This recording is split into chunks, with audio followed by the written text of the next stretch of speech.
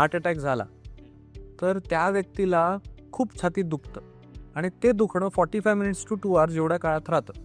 त्याच्यामध्ये पेशंट्सना लगेच डॉक्टरकडे नेलं जातं आणि ट्रीटमेंट केली जाते आणि बरेचशी महाग ट्रीटमेंट असते. अँजिओप्लास्टी, अँजिओग्राफी, बायपास ह्या सगळ्या गोष्टी केल्या जातात आणि झाल्याही पाहिजे. पण हे होतं कारण की आज समाजात अवेअरनेस आहे की ह्या दुखण्याचे पुढे जाऊन दुष्परिणाम आहेत. जर हे दुखणं नाही थांबलं तर जीवाला धोका आहे.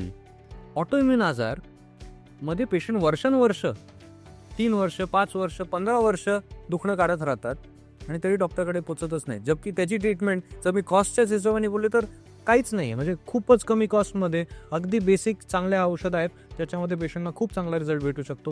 परंतु समाजात अवेअरनेस नसल्यामुळे 2 तासाच्या पेनला आम्ही डॉक्टरकडे पोचतो, पण 20 वर्ष पेन घेऊन आम्ही घरी बसतो आणि शेवटी व्हीलचेअरवर येतो. ही परिस्थिती ही खूप अनफॉर्च्युनेट आहे आणि ही बदलली पाहिजे. कारण की पेशंट्स खूप डॅमेजेस घेत आहेत आणि हे डॅमेज अगदी सहज थांबवणारी बरीचशी औषधं आज अवेलेबल आहेत.